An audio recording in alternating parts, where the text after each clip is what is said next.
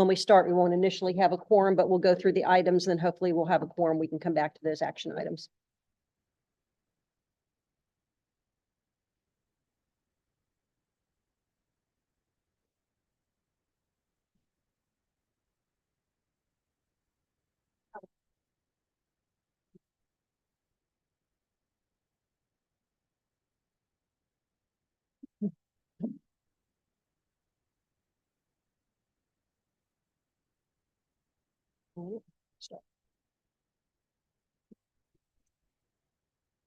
Good morning and welcome to the MetroPlan Orlando Board meeting for March 13th. Call this meeting to order. At this time, I'd like to ask you to please silence all electronic devices. Yep, mine's good. In addition, I'm asking that everyone speak directly into the microphone. It is important for recording purposes. And for guests in the audience who have hearing impairments, Lisa, if anyone cannot be heard, please make a point of letting us know. I know my voice doesn't always carry real well, so I'll try to speak up here. We do have two opportunities at these meetings for public comment. Public comment on action items will be heard before we get to the action items, and then near the end of the agenda, we will have public comments on just general nature. Anyone attending today's meeting in person and wishes to make a public comment is asked to complete a speaker's card. These are available at the reception desk and on the table near the door. Cards should be given to Lisa Smith, and then she'll make us aware. Members of the public who are attending online and wish to make a comment should fill out an electronic speaker's card. We want this and all future meetings to be accessible to all. Participants may join by computer, tablet, or by their phone. If you need special accommodations to participate in the future, please contact MetroPlan Orlando. Now, if we would all please stand, and I'll ask for Mr. Good to lead us in the pledge. Allegiance to the flag of the United States of America, to the republic which stands one nation under God, indivisible, with justice for all. Thank you, Mr. Good. Okay, we don't have Commissioner Uribe yet, correct? Okay, so we will wait on her comments for the TDLCB. I would like to report, though, that Commissioner Uribe, Commissioner Delary, Gary, and myself welcome board members and staff of the Palm Beach TPA on February 20th. They were in Orlando for a tour of the Brightline facility, and they had a panel discussion at the BEEP headquarters. After lunch, they plan to travel to Kissimmee to see some of the transit-oriented development associated with Sunrail. And Gary, do you want to add anything else to that? No, that's, you covered it well. Thank you. Okay. And we will wait for this piece as well. And we will go ahead and go on to our MetroPlan Orlando safety moment. We can hear from Mike with this month's safety moment. Thank you, Madam Chair, and good morning, everyone. March is Florida Bicycle Month. The rest of the nation does it in May, but you know, it's Florida, so we do things differently.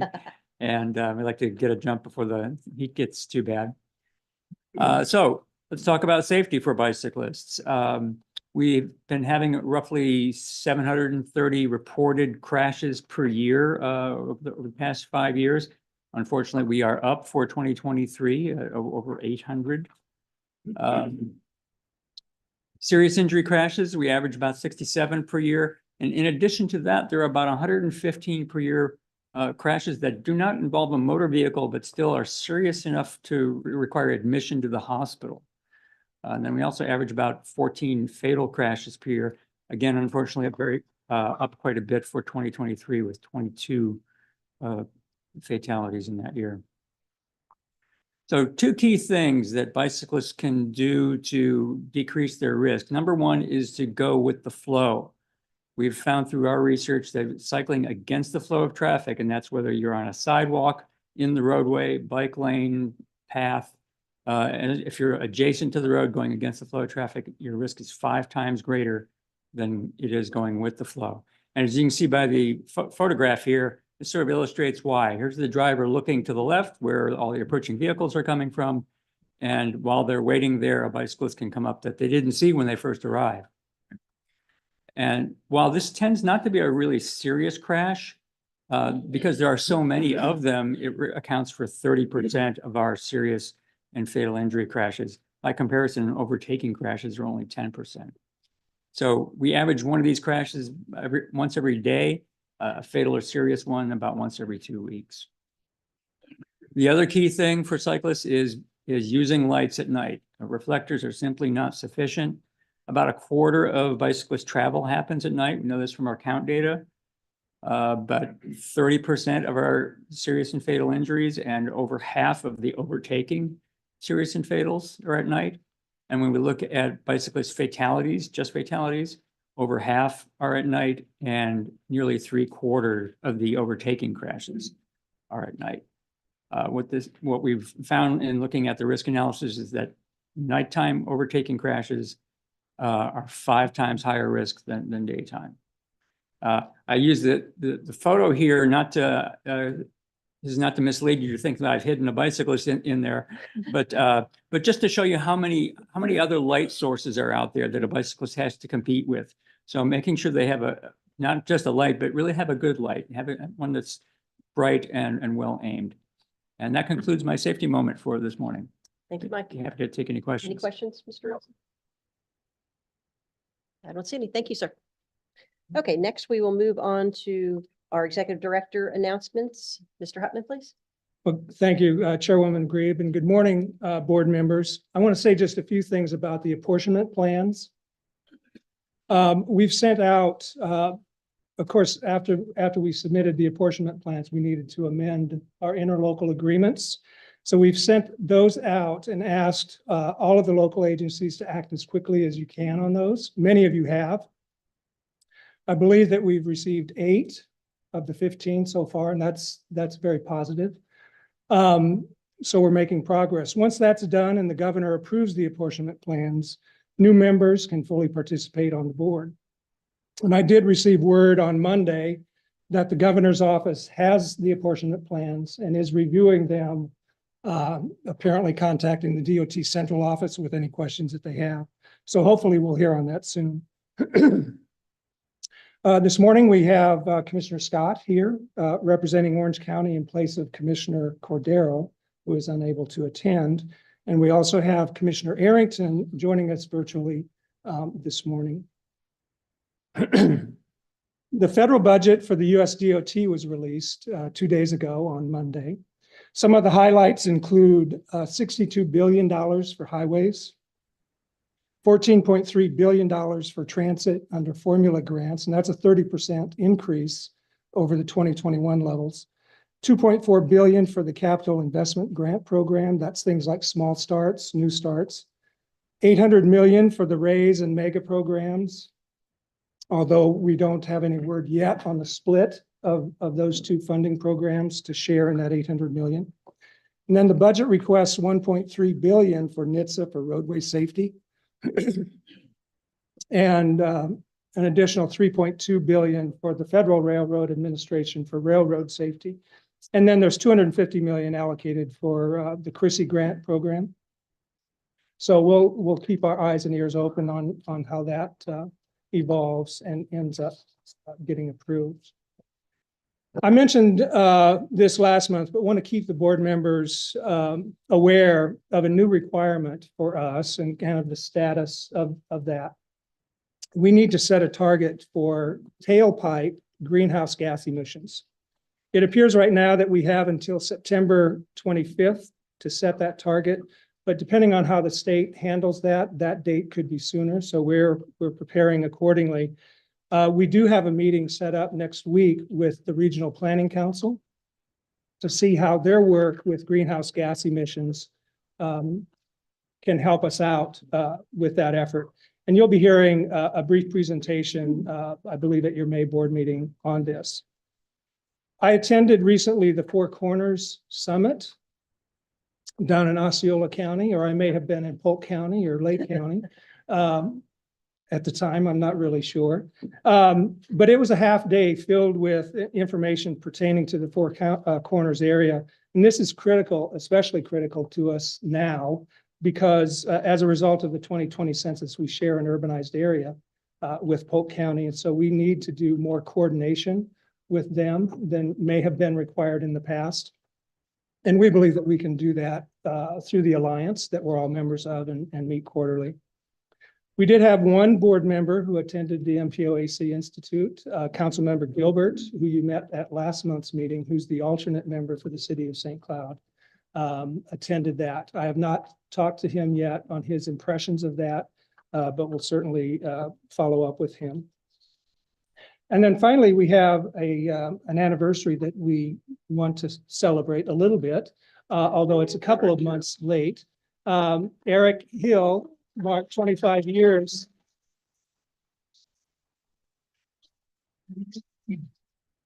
Eric marked 25 years with us as of early January 4th, 1999 is when he started. And we would have done this last month, but Eric was not able to be here with us and share in this. So congratulations, Eric, on that. You have supplemental folders at your tables this morning. There are 3 items there that I want to just highlight for the board's benefit. They include an article on the restart of the Swan Shuttle at the UCF downtown campus, an announcement from the DOT on the opening of the I-4 and Sand Lake Road interchange, and then an article that I came across that was very exciting to me, and it's yet another award that Osceola County has received, this time from the Multipurpose Community Facilities Program, and it's for a new technology library. So congratulations to Osceola County on that. And it's in Commissioner Jainer's district, if she cares to say anything about that. Yes, Commissioner. Oh, thank you. Yes, we're very excited. First of all, we're always excited when we get grant money. So $4 million is welcome. But what's more exciting is that this is really the library of the future, putting this technology that of the future in the hands of the people so that everybody could get their hands and get acquainted and understand how this works. And it's really going to help our young students in school so that they could advance in technology. So with everything that we're doing, trying to advance technology through Neo City and that sector, I think this is going to be a great asset to Osceola County residents. Thank you. And I have no other comments right now, Commissioner. Thank you, Mr. Hutman. I'm going to jump back now that we have Commissioner Uribe to hear her report from the TDLCB. Good morning, everyone. It's great to be here. Happy Wednesday. The TDLCB met on Thursday, February 8th. We had a very packed agenda. Our action items included, we acknowledged the receipt of the summary of public comments received at the November 9th, 2023 public workshop. Approval of the November 9th, 2023 TDLCB meeting minutes. We elected the 2024 vice chairperson, Mayor Pat Bates. I don't see her today. The 2024 TDLCB membership certification was approved. We approved the membership of the 2024 Quality Assurance Task Force members as well as the 2024 QATF officers. We approved the revisions of the TDLCB bylaws, the 2024 TDLCB grievance procedures and grievance committee members were approved. And lastly, we approved the date change of our May meeting from May 9th to April 16th. Our presentations included an annual Sunshine Law refresher, the 2050 MTP plan kickoff, and the update from the Community Transportation Coordinator Access Links. The next TDLCB meeting is scheduled May 16th at 10 a.m. I also wanted to add that one of the things, I'm lucky to be chair of that board. One of the things we added, and I think it's a lot of people will understand, is we wanted to have members who want to be here and be engaged and be a part of the process. That is something that we've started really discussing and really intimately. You can't be on a board and not show up and not participate. If you're not able to, let someone else come on board. And I know we're going to have an update on the legislative session, I'm sure by Miss Virginia, but in the Bill 1032 in the Senate and also the House version. Thank you to all the people on this board that we were able to get support from. It failed the MPOAC, and our MPOs are good for at least 1 year before we're back at it again. But I got to just commend all the MPOs, including Mr. Hutman and everyone else, for helping make that a reality, because I believe we're kind of like home rule. We know what we need in our region. So just a big thank you to everyone. And that is all I have, Madam Chair. Thank you, Commissioner Uribe. But while you are here, and I want to thank also Commissioner Delary for stepping in the last meeting when I couldn't be there. But I want to thank you for your last 2 years of service as the chair of this board. You are a testament to leadership, especially in transportation. Also, while you were chair, the 26 other MPOs elected you chair of the MPOAC. So, I mean, a busy woman, you definitely have a passion for transportation, and want to just give you a little Thank plaque. you. And afterwards, we're hoping for some photos. All right, awesome. Thank you very much. Thank you, everyone.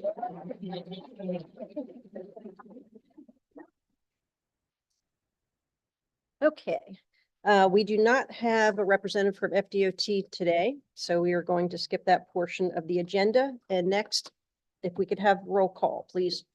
Ms. Smith? Good morning. Arrington, Here. Bates, Blackwell, Mayor? Here. Bonilla, Castano. Here. Constantine, Here. Scott for Gomez Cordero, Here. Delary, Here. Demings, Dyer, Here. Dowless, Here. Good, Here. Grebe, Here. Janer, Here. Moore, Here. Nelson, Here. Smith, Ortiz, Here. Uribe, Present. Wilson, Woodruff. Here. Madam Chair, that concludes the roll call, and we do have a quorum physically Excellent. present. Thank you so much. To review the agenda, Mr. Hutman, any changes? Yeah, there are no changes, but I do want to, as you mentioned, Secretary Tyler is not able to be with us, nor any of his leadership team. District 5 today is hosting the statewide executive leadership team at the district office, and so they're all committed to that. I hope that he'll be here next month, Great. and so we can proceed with the agenda. Thank you so much. Next, we have our committee reports for the Municipal Advisory Committee. Mayor John Dallas. Thank you, Madam Chair. The Municipal Advisory Committee met last week on March 7th. MAC approved our February meeting minutes. We then recommended approval on the following items: FDOT amendment to fiscal year 2024 to 2028 TIP, and also the 2025-26 UPWP for submittal to FDOT. MAC received 4 presentations. First, we received a status update on Vision Zero activities. We heard about the Transportation for All Plan, which is the regional Title VI in limited English proficiency plan. We also received a status update on the 2050 MTP. And finally, we heard information about the TSMO and master plan. MAC meets next May 2nd, and that concludes my report. Thank you, Mayor. Next, we have the Community Advisory Committee, Mr. Dan Stevens. Good morning, Madam Chair and members of the board.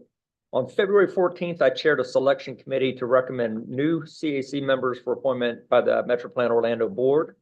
We had 40 eligible applicants. Holy cow, huh? Representing diverse interests throughout the region. Since there were only 4 seats open, it was difficult to decide on the best candidates for a proposed slate. You have those names in your packet today. We urge you to approve them so we can bring these new members into the CAC at our April meeting. The Community Advisory Committee met on February 28th, and I was unfortunately unable to attend because of a conflicting work event. CAC Vice Chair Nilsa Council presided, and I appreciate her leadership. The CAC recommended approval of the FDOT amendment to the Transportation Improvement Program. It's on your agenda, as well as the 2025-26 UPWP for submittal to FDOT. The committee heard information about bicycle safety during the safety moment, which generated a number of questions. Members expressed their desire that the region should be more proactive in safety for cyclists. Members also heard presentations on Vision Zero, the Regional Transportation for All Plan, the 2050 MTP, and the TSMO Master Plan. The next CAC meeting will be April 24th, 2024. That concludes my report. Thank you, sir. And I should have said Dr. Stevens. Yes, thank you. The Technical Advisory Committee, Mr. Joshua DeVries.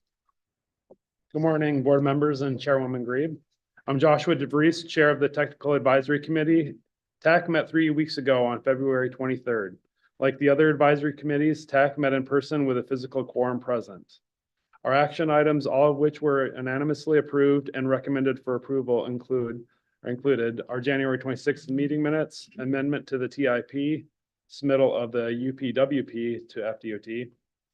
And then like the other advisory committees, we received presentations on the MPO planning process for 2024, Vision Zero status update, 2050 MTP status update, regional transportation for all plan, TSM&O master plan status update, and the FDOT 3R program. There were no TAC-only presentations, and there was no public comment nor submitted. Our next meeting is April 26th at 10 a.m. And this concludes my report. Thank you, sir. Next, we have the Transportation Systems Management and Operations Advisory Committee, TSMO, Mr. Brian Sanders. Good morning again, Madam Chair and board members. I chaired the TSMO Advisory Committee on February 23rd. The TSMO Committee approved the following items, which was the minutes for the January 26th, 2024 meeting.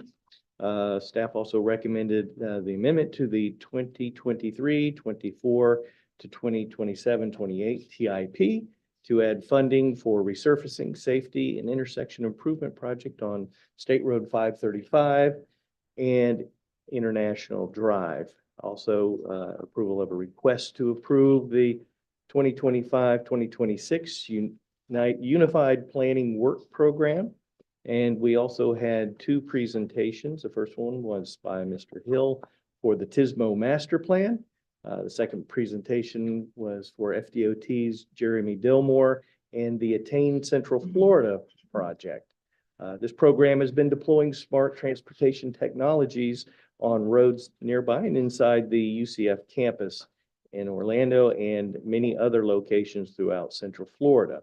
The next TSMO meeting will be April 26th, 2024 at 8:30. This concludes my report.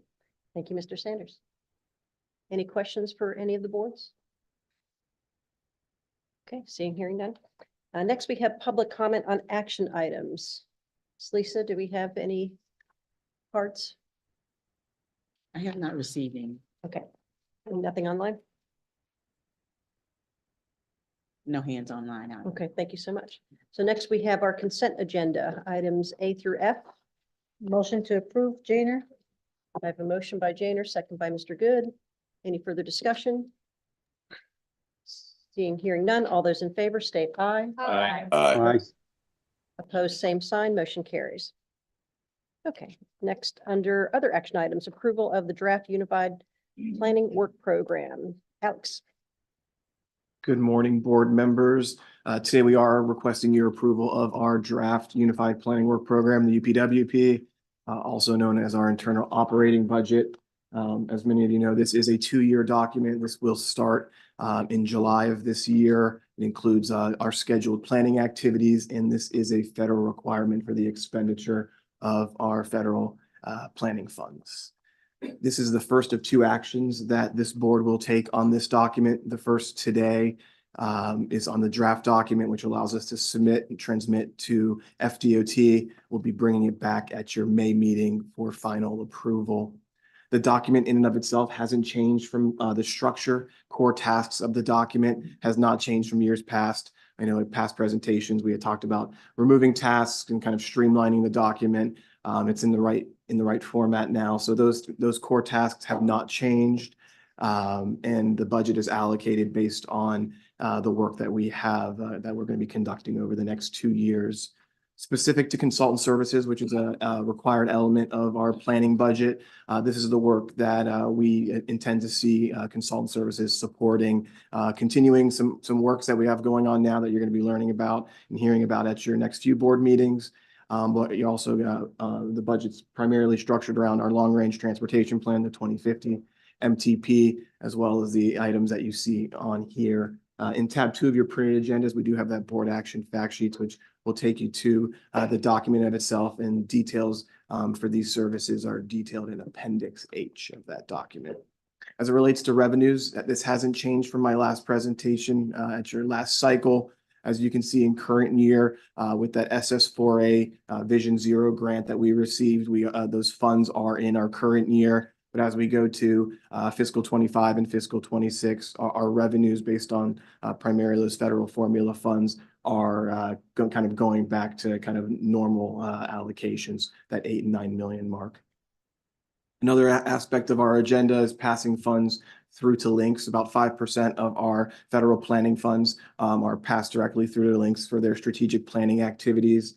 An additional 80,000 is passed through for the administration of the Access Links program, for the transportation disadvantaged, and not included directly in your budget, but worth noting in this type of presentation is based on the board policy and the adopted 2045 MTP. $7 million is directed to links, and that's found in our transportation improvement program. But important to note, as those funds are being passed through to support links' transit asset management program for eligible capital expenses. So that's what we're looking like on pass through.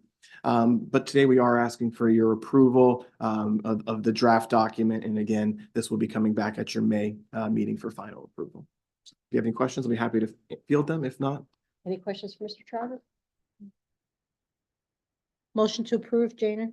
Second, Moore. I have a motion by Janer, second by Moore. All those in favor of the motion, state aye.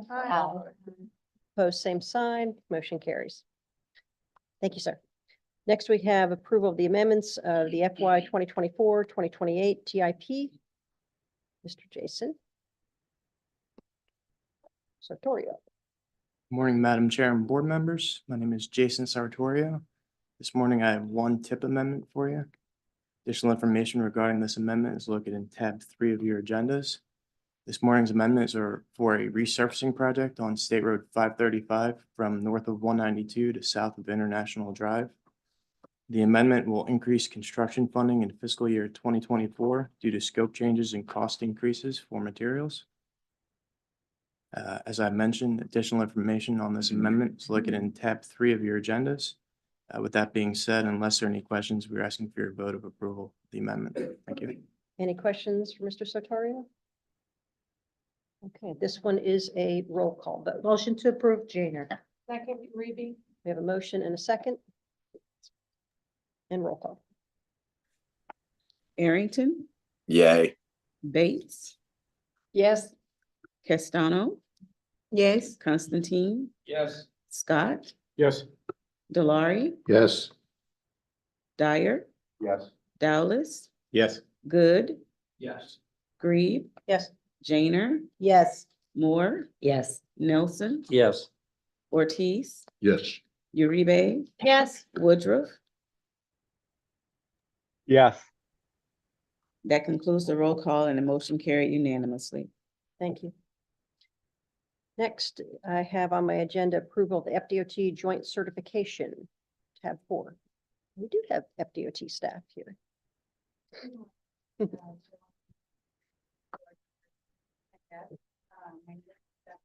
Thank you. Thank you, Jason. Good morning. My name is Amy Beckman. I am here with the Joint Certification Review. Each year, the district and the MPO must jointly certify the metropolitan transportation planning process. Both parties work together to ensure that the processes are being carried out in accordance with applicable state and federal laws. The certification process is split into 2 parts. Part 1 is completed by the MPO and covers plans, policies, procedures. And part 2 is completed by the district, which is an evaluation process focused on invoices, procurement, and planning documents. An overall score is obtained based on this review, and the score is translated into a percentage, which equates to a risk level. The higher the risk level, the more frequently an MPO's processes are monitored. The review process began this year in January, and final certification package and statement must be submitted each year no later than June 1st to the Office of Policy Planning and the Florida Division of FHWA and FTA. MetroPlan Orlando staff met with the district on February 13th, and I am pleased to announce that MetroPlan scored 100% on their review and is again classified as low risk. MetroPlan continues to be an example for other MPO and TPOs around the state and even the country.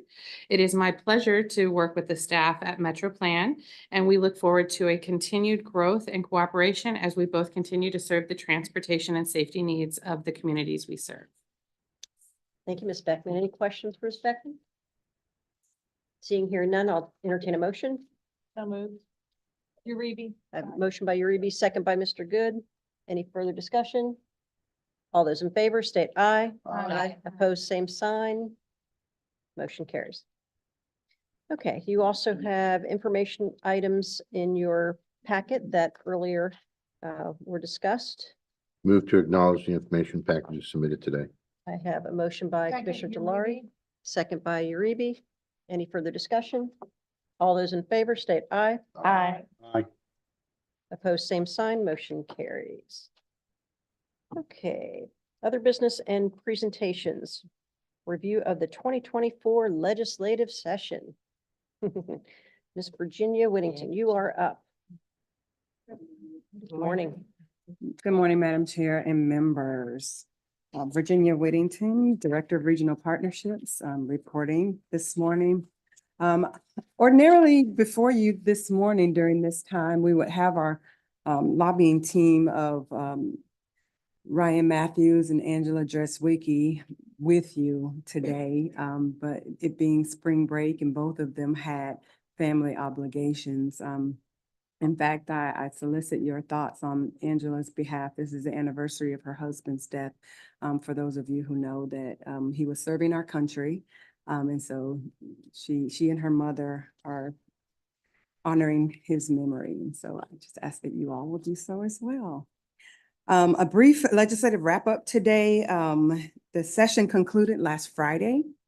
And most of the time, again, you would hear from me, and in prior years, you've heard reports like transportation was benign, transportation was lackluster, but who would have thought this year that transportation would be so popular?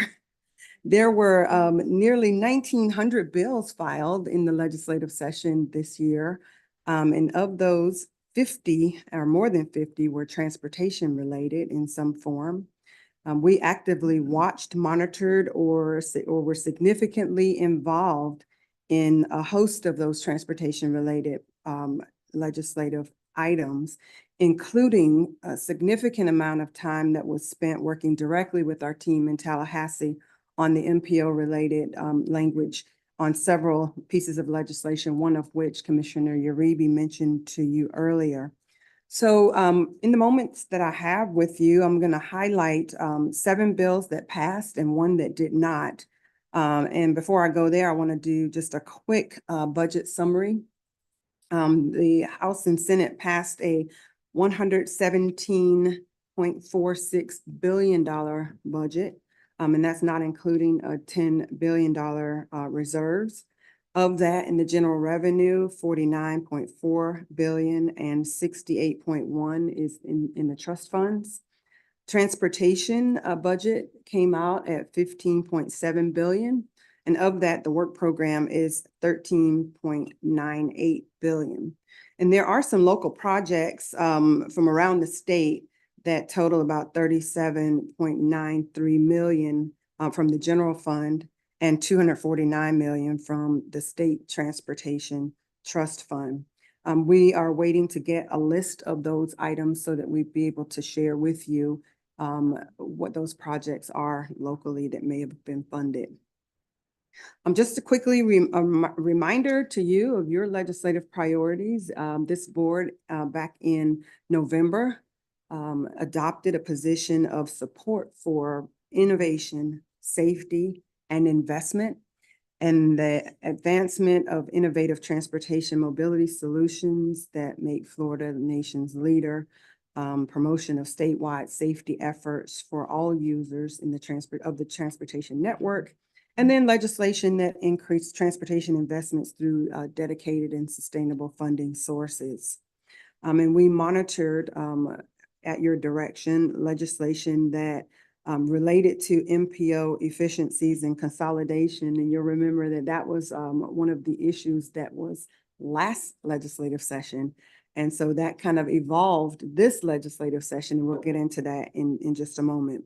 We also monitored efforts that regulated or further regulated distracted driving, and then any that would seek to repeal or rescind red light cameras. So, Madam Chair and members, the items that did pass the legislative session, again, I remind you that there are 7 that I'm reporting on this morning.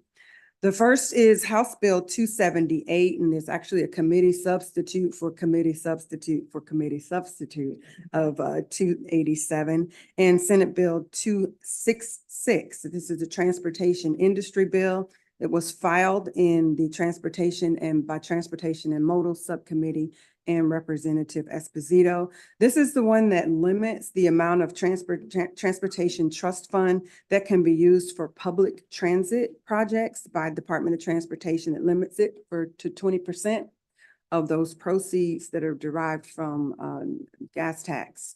So, and that is with the exception, as we mentioned previously, with the exception of projects that have been adopted under certain programs and for specific transportation transit projects.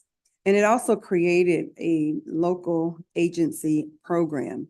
This has been passed both by the House and Senate, of course. It's been ordered enrolled, and it will be effective July 1st, contingent upon the governor's signature. The next one I talked to you about last month, as we were watching this play out, is House Bill 317, Senate Bill 258. This is that interstate safety bill, which it defines the furthermost left-hand lane on certain highways and roadways, and it restricts its use to pass only. And so I was looking at this, and I talked to Gary and some of the other staff as I was driving in yesterday morning on 408 and was experiencing a significant amount of congestion. And I called Michelle Mikish and wanted to know if this law applies to their facilities. And it does. Any facility as defined as 65 miles per hour, posted speed limit, 2 or more lanes, traveling in the same direction. If the governor signs this bill as of January 1st, 2025, that furthermost left lane would be restricted to pass only, which means that everything would be flowing in the center lane. Add to that a vulnerable police officer, vulnerable vehicle that may be disabled on the side of the road on the right side. Traffic would have to slow to 20 miles under the speed limit, according to the previously passed bill. And then that traffic either has to slow to 20 miles under the posted speed limit or move over it and vacate that lane completely. So now this is what can be seen as induced congestion. It's going to be interesting to see if the governor passes it. There is some conversation that he has concerns about whether or not, or first of all, enforcement. How do you enforce this? And so there is conversation that he may veto the bill or may not sign it. Virginia, what was behind it, of why this came about? Do we know? I wish I knew. I Too wish many I knew. people go on that lane and drive the speed limit, so we can't pass. Okay. Moving on. And again, that becomes effective. It goes into effect January 1st if signed by the governor. Lastly, House Bill 1133, Senate Bill 1528, entitled Violations Against Vulnerable Road Users. This creates some penalties for persons who commit traffic incidences that cause serious or bodily injury or death to vulnerable road users. And then it goes into what those penalties are. And the bill would go into effect in July 1st, if signed by the governor. House Bill 1301, Senate Bill 1226 created quite a bit of stir. This revises the Department of Transportation, some of their areas of responsibilities. It updates the organizational structure and removes the requirement for the secretary appointed inspector general. You heard about that from us last month when we were here as well. Where the real rub came from this is the provision having to do with allowing advertisements on different transit vehicles. There was it passed, but state funds can no longer be used or cannot be used to wrap buses or have signage on any of the vehicles that are transit vehicles. It is now a moratorium if signed by the governor. And again, this will go into effect. Cut off my date there, but I think this So is. Virginia, so state funds can't be used, so does that then prohibit any private entity from paying? Private entity can purchase, Okay. yes, advertisement and wrapped, right? Gotcha. And we talked about, we thought about some of the things that MetroPlan Orlando does. Each year we have the Blind Americans Equality Day, where we have the walk that calls awareness to white cane White cane. safety.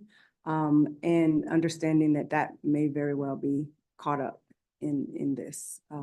It has to do with COVID messaging and ideology, but that could very well be caught up in this particular bill.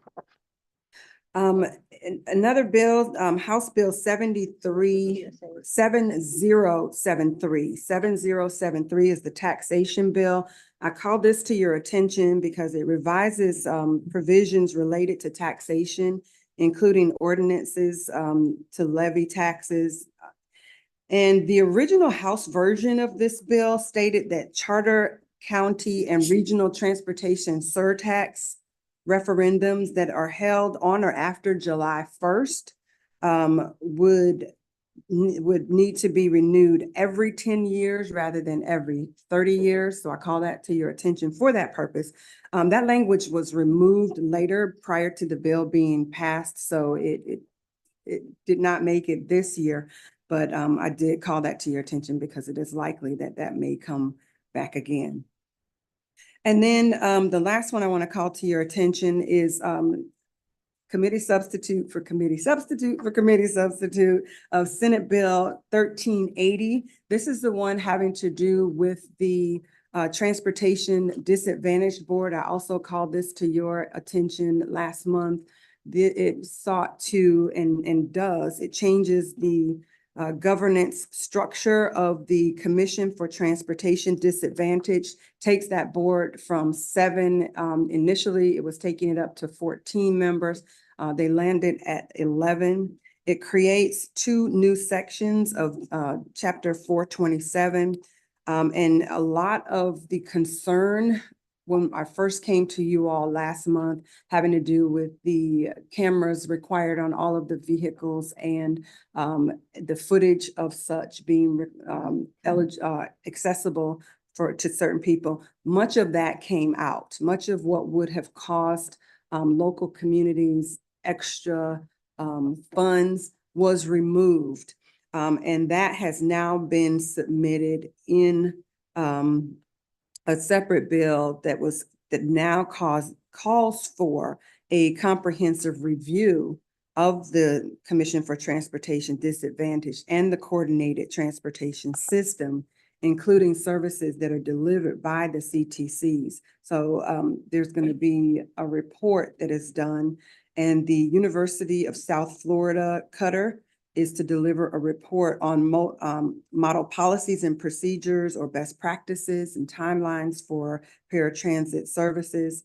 And the iStreet Lab at Florida will conduct a comprehensive review on the technology and training. Again, that was a concern that if the CTCs were having to have all of these technology enhancements, what is the impact to the end user? Are they really going to be able to use it? Do they have the bandwidth? Do they have the smartphones and capabilities to be able to use and access?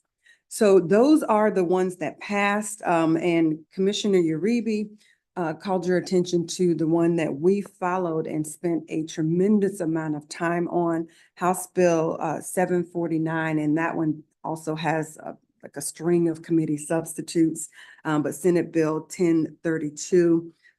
We worked very, very closely with our team in Tallahassee with the bill sponsor, and we met with our legislative delegation members, and we had most of you in your conversations, we asked if you would speak with your colleagues in Tallahassee.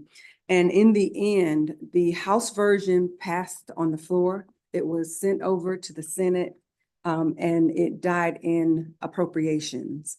And so the MPOAC lives to live another day or another year. That seemed to be one of the biggest targets of that bill. So MPOAC survived another year. Florida Transportation Commission, as you know, were pulled out much earlier. And all of those proposals having to do with metropolitan planning organizations, that goes away. So we should not rest on our laurels. This was in one form last year. It came back with a vengeance this year. And I would imagine that it will come back again next year. And so, Madam Chair and members, that is my report. I will try to answer questions, but Ryan and Angela will be here at your next meeting to answer the really hard ones. Commissioner Uribe. Virginia, thank you for all of your hard work and all that information. Transportation was definitely on the hot list. And really sadly, we really don't know what was driving all of these things besides opinions and theories. But I did want to ask, there was a bill regarding public transit. I don't know if you talked on that one. I know that Miami-Dade was very, very concerned about that bill as far as a percentage of funding that could be used. Do you have an update on that, or did that go? It passed. But I mean, I know that there was a lot of language going back and forth. Do you know where the language landed at? I do have a copy of the final bill analysis. I can see if I can shorten that, but we do know that. Because at one time I'd heard they were going back and forth on the language and all those kind of things. So just curious. I don't know the ins and outs. We really counted on our partners over at Lynx to follow that one even closer than we did, but I'll take a look through here to see if I can get more detail for you before you leave today. I know. I feel like everyone kind of split up and took care of little things so we could make sure we covered it all, but great job. Yes, thank you. Any other questions? Check. Mr. Small. Thank you, Jay's fine. I've reviewed the bills. The only bill that, and we'll defer to Greg Robinson as they are the experts on this, but the only bill that had any restrictions with respect to the amount of funds that could be used for public transit related to the Department of Transportation only. And I suppose the argument would be that the legislature delegates that authority, how much, to the Department of Transportation. As far as I know, no other bills have been passed with respect to any other governmental entity other than the Department of Transportation. Thank you. And I believe that was the Senate bill and companion to 0266. Thank you, Virginia. Next, we have Mr. Mike Wilson for the Vision Zero Safety Action Plan update, and it's tab 7 in your folder. Thank you, Madam Chair. Good morning again. Quick update on our Vision Zero efforts. We'll start off with talking about our public engagement efforts. I showed you last time the public feedback map that we have, and showed you just kind of raw numbers. Are here diving in a little bit deeper, showing which modes people are expressing concern about. You can see driving, walking, bicycling at the top there. And just an example over here on the right of a plot point that someone put in, gave a description of a street in their neighborhood where they're seeing a fair amount of speeding, and even provided a photograph of someone who ran off the road an actual crash involved there. So we're getting good qualitative data from the public on that. Many of you were present at the Florida DOT Safety Strategic Plan meeting on January 31st. Extremely well attended. They actually overfilled or had more people in the room than they expected for the afternoon session, but got very good feedback, not only from in that afternoon session, but the morning sessions with law enforcement and educators and advocacy groups and the general public as well.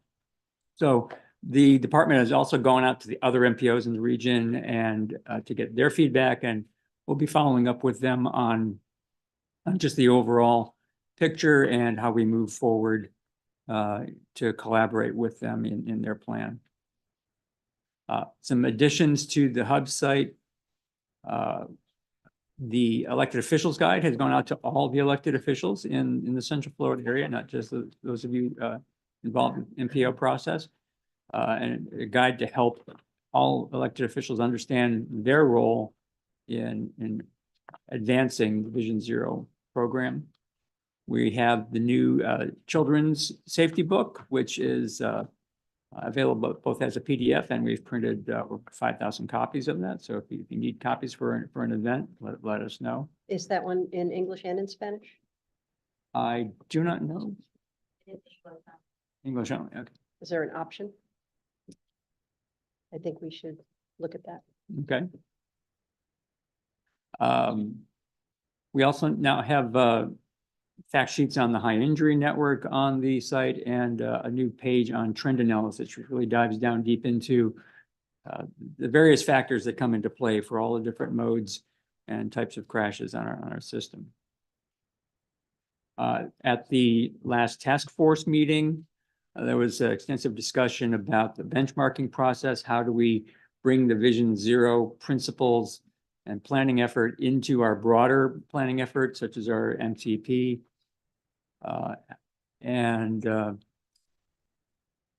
For example, looking at the countermeasures that will be applied to the projects that have been identified in the corridor, particularly focusing on the top 30 corridors and intersections. More specific fact sheets for those top 30 corridors, where we get into not only the numbers, but the locations and types of crashes as a starting point for those discussions about countermeasures.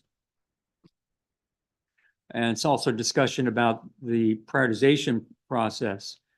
There's prioritization both for within the plan itself, but then also more broadly, how do we prioritize within our MTP and other prioritization processes of how does safety fit in with all the other factors that we use to prioritize projects.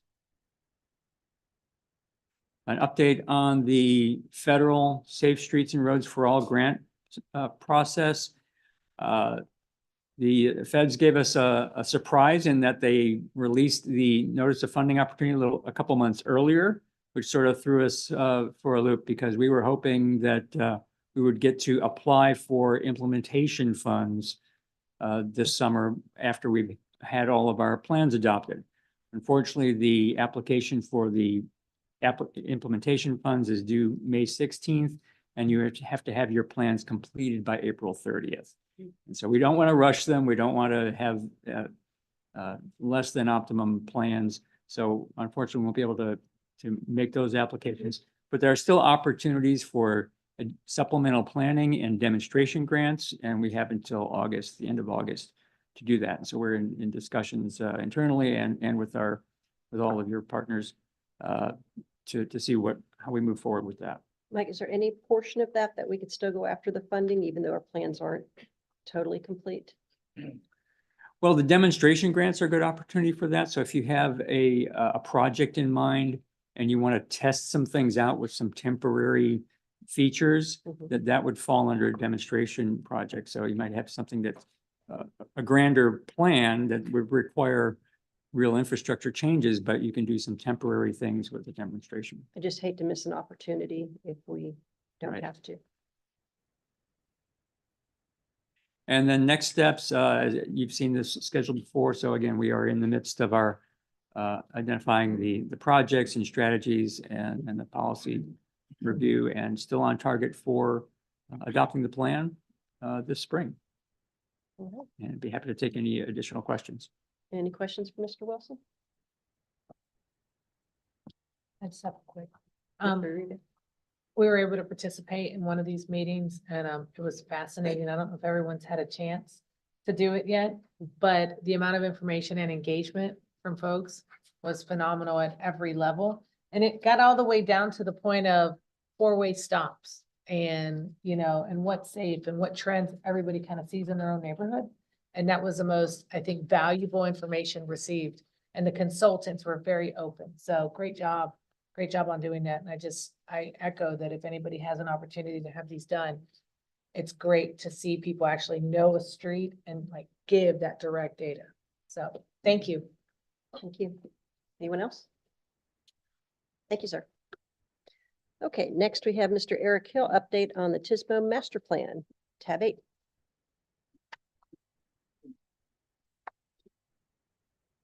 Good morning, Madam Chairwoman and members of the board. This is an update on our TISMO master plan. We've been working on this for just over a couple years. And when we started this work, we created a steering committee made up of what we consider our major stakeholders in the region.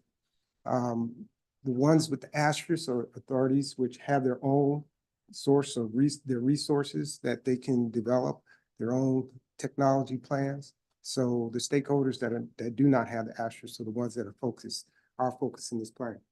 We've had 6 meetings. Our next meeting is next week. It'd be our final meeting. So at our next board meeting, I'll be back in front of you, giving you the final version of this plan.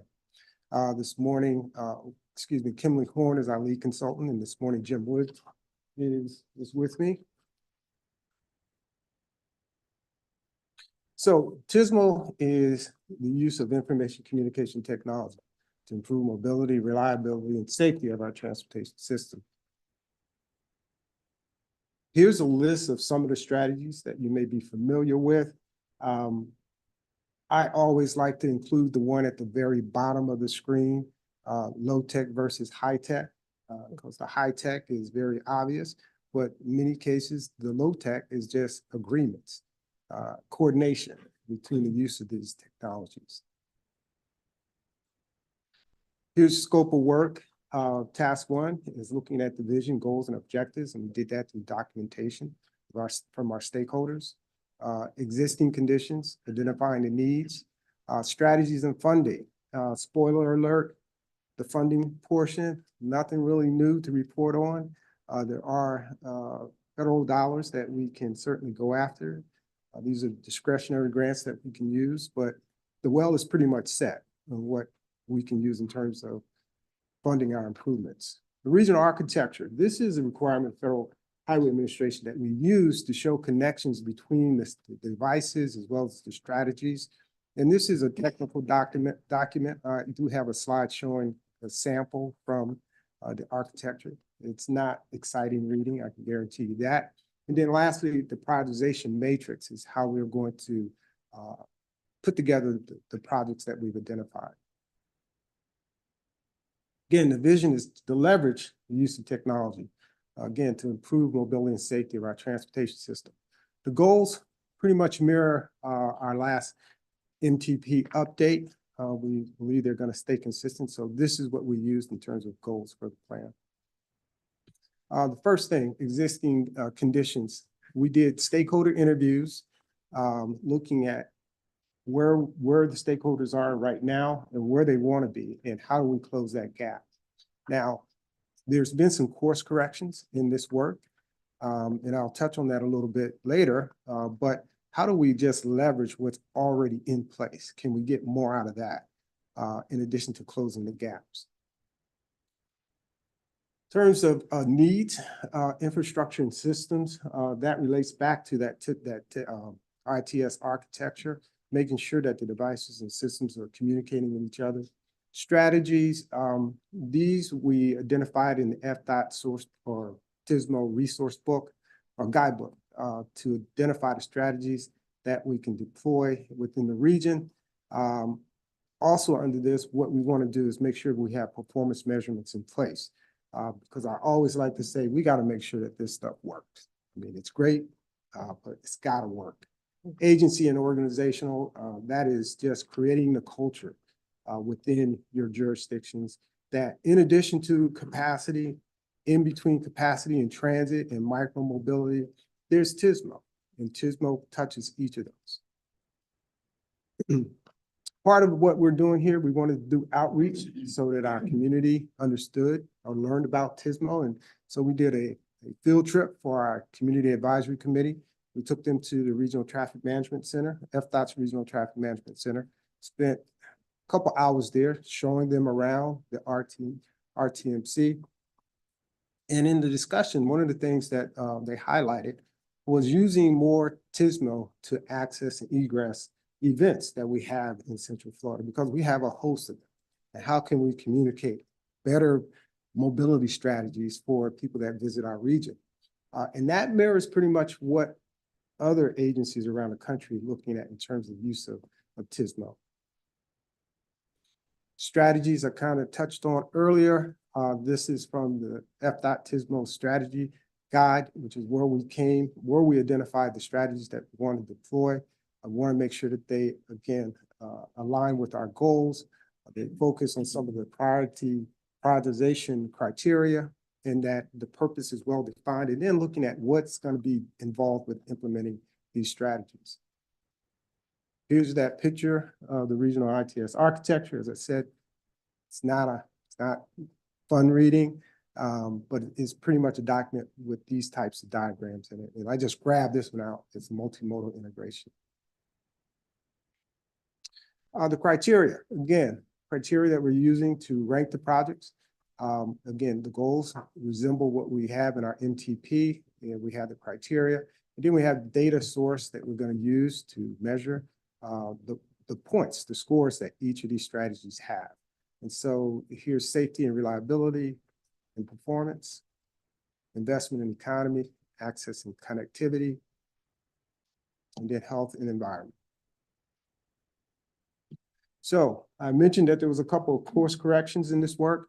One was the steering committee believed that we did a great job of identifying technology, but what about some of the lower hanging fruit, those intersections that we can make function better, because that's the cause of a lot of the congestion that we experience. So we identified 20 locations around the region, and we're going to be developing some strategies for those. So here's a look at the ones that we have in each of the jurisdictions. Now, the path forward, I mentioned leveraging existing investments. We have a lot of fiber in the ground that we can use to support investments. Regional strategies, looking at things like cybersecurity. That's a big thing when we talk about TSMO and how we can, as a region, address that together. Some of the further considerations, we want to make sure that there's some synergy between the active transportation plan and TSMO. We want to use TSMO to support our Vision Zero Central Florida effort. And then the last one, artificial intelligence.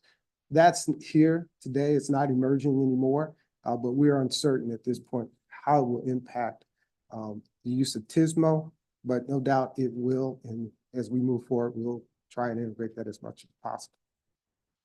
Madam Chairwoman, that concludes my presentation. Thank you, Mr. Hill. Any questions for Mr. Hill? Not seeing any. Thank you, sir. You're welcome. Next up, we have a review of Transportation for All by Ms. Sarah Larson. Good morning, Madam Chair and board members. My name is Sarah Larson, and I'm a transportation planner here at MetroPlan Orlando.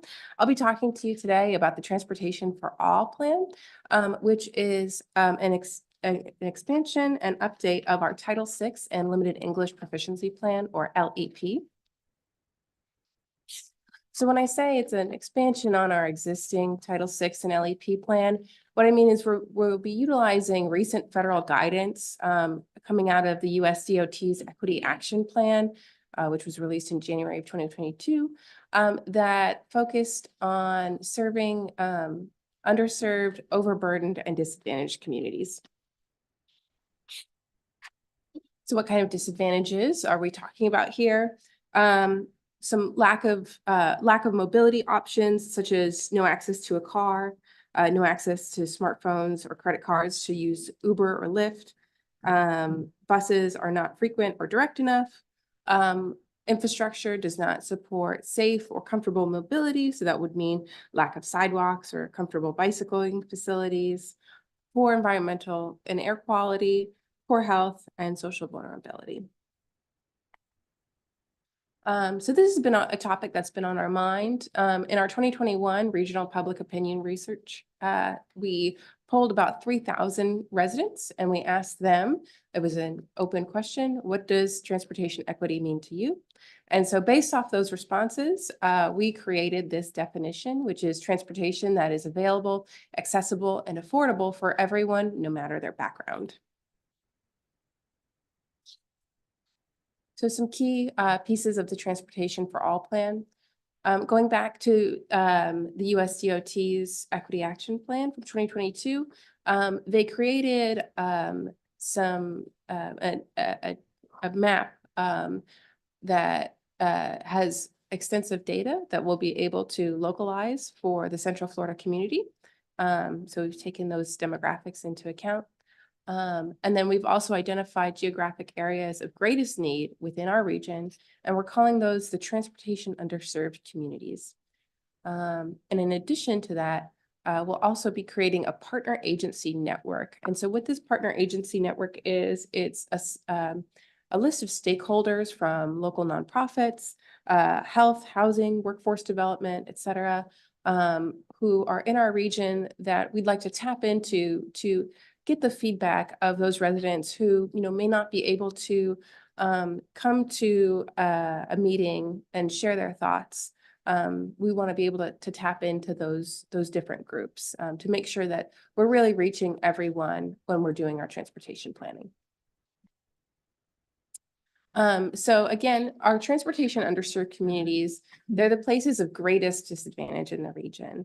And I want to note that there are places in the region that disadvantages still exist. Just because we haven't identified them under this umbrella term doesn't mean that we're not acknowledging them, and we'll still be studying them in the plan.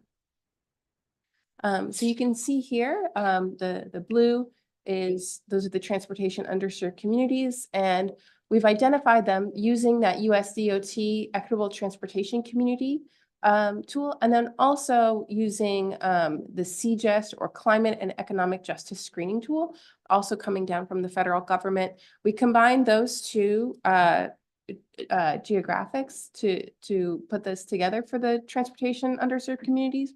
And the reason we included the CGEST is because there's grant funding available by identifying those communities. And so some of the metrics, there's over 40 indicators going into what determines greatest need. And those 40 indicators can be subdivided into 5 groups: transportation insecurity, environmental burden, social vulnerability, health vulnerability, and climate and disaster risk burden. So we are in the middle of our plan for the equity plan development timeline. We are in the process of, as this is our presentation here to the board. And then also we are wrapping up the Title VI and LEP plan piece, as well as the equity audit.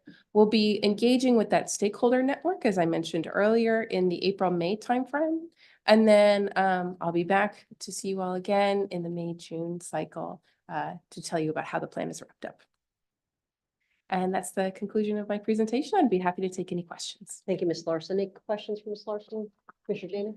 Could we have a copy of this presentation? I would love to see if you have any more detail on the communities that you identified as transportation underserved, especially because I think the bulk of Osseo County is highlighted there. So I'd just like to see that. I did also notice that a lot of the blue was into the lakes themselves, which almost made it look worse. So I don't know if there's a way of cleaning that up a bit, or if it helps us leave it. I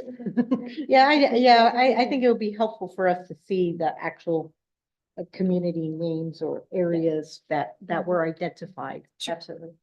Commissioner. Thank you, Madam Chairman. I have a question. How are we addressing the language issue? We having a huge influx of people from different cultures, different countries. And that could be a deterrent when we're dealing with transportation, them understanding what the rules are and whatnot. How are we addressing that? Right, so that will be included in this plan for the limited English proficiency piece of it, where we have documentation already as a part of our process, our planning process. But we're continuing that and elaborating on that more. So does that mean you're identifying different languages that are spoken that we'd have to address?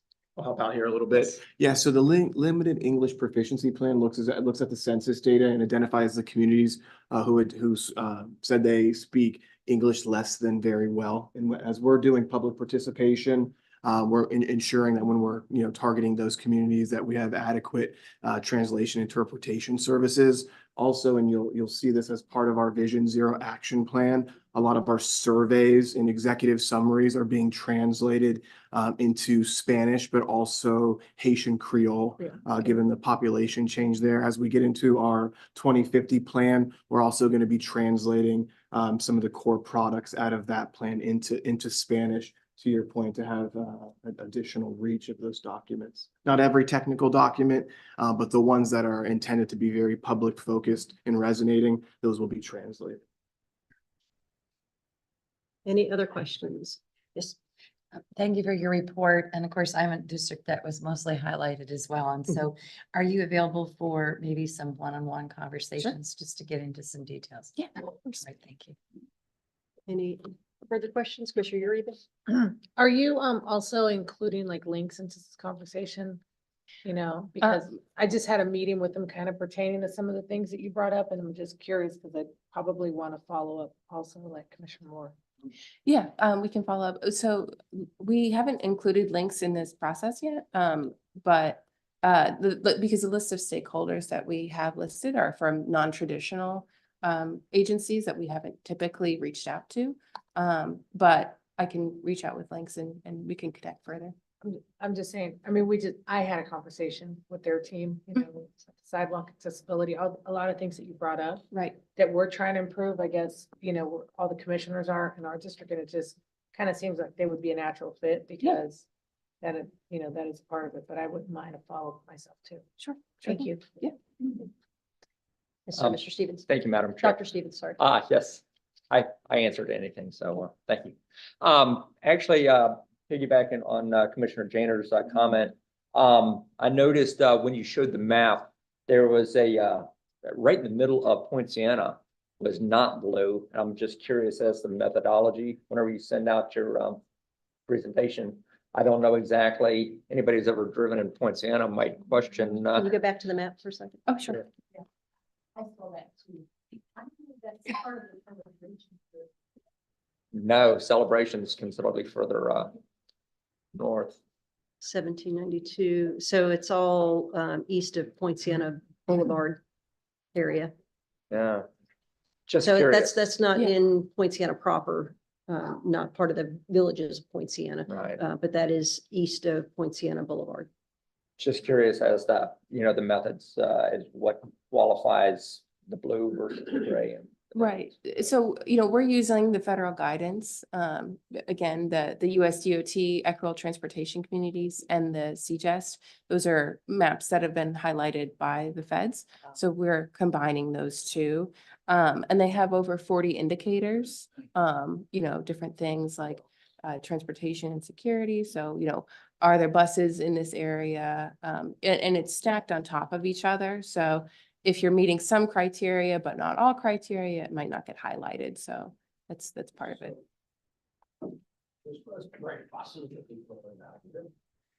No, I mean, it's not necessarily, suggesting that. Yeah, I mean, it's not suggesting, that's what we do. Just we're identifying these communities. If there were only additional rentals available, Mr. Good, that we could do that with. That's some very rural in the Northwest as well. I could also just quickly add the level of geography that we're using are census blocks. So sometimes the community kind of center, the nucleus is kind of being spread out to a larger geography. So just keep that in mind. That's why some of the lakes, some of the hydrology is also showing up because the census data is full coverage. But I think as we're preparing some of these additional maps, we can net out the hydrology so you can kind of see the specific areas. But we'll follow up with more information and a better map so you can kind of zoom in specifically. And as Sarah mentioned, this is probably the broadest brush we could use in identifying these areas. Historically, we had used a few characteristics from the American Community Survey.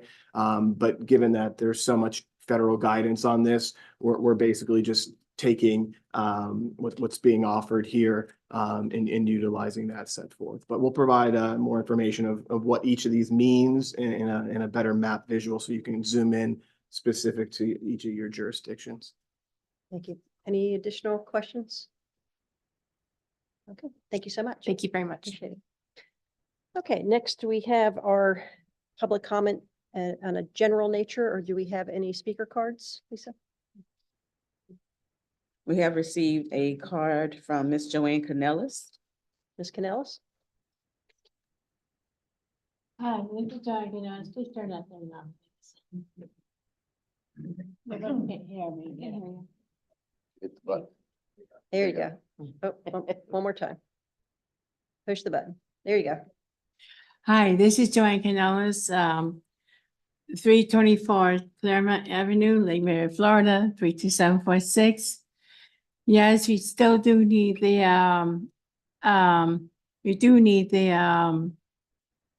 mass transit right away here, all over Central Florida, please.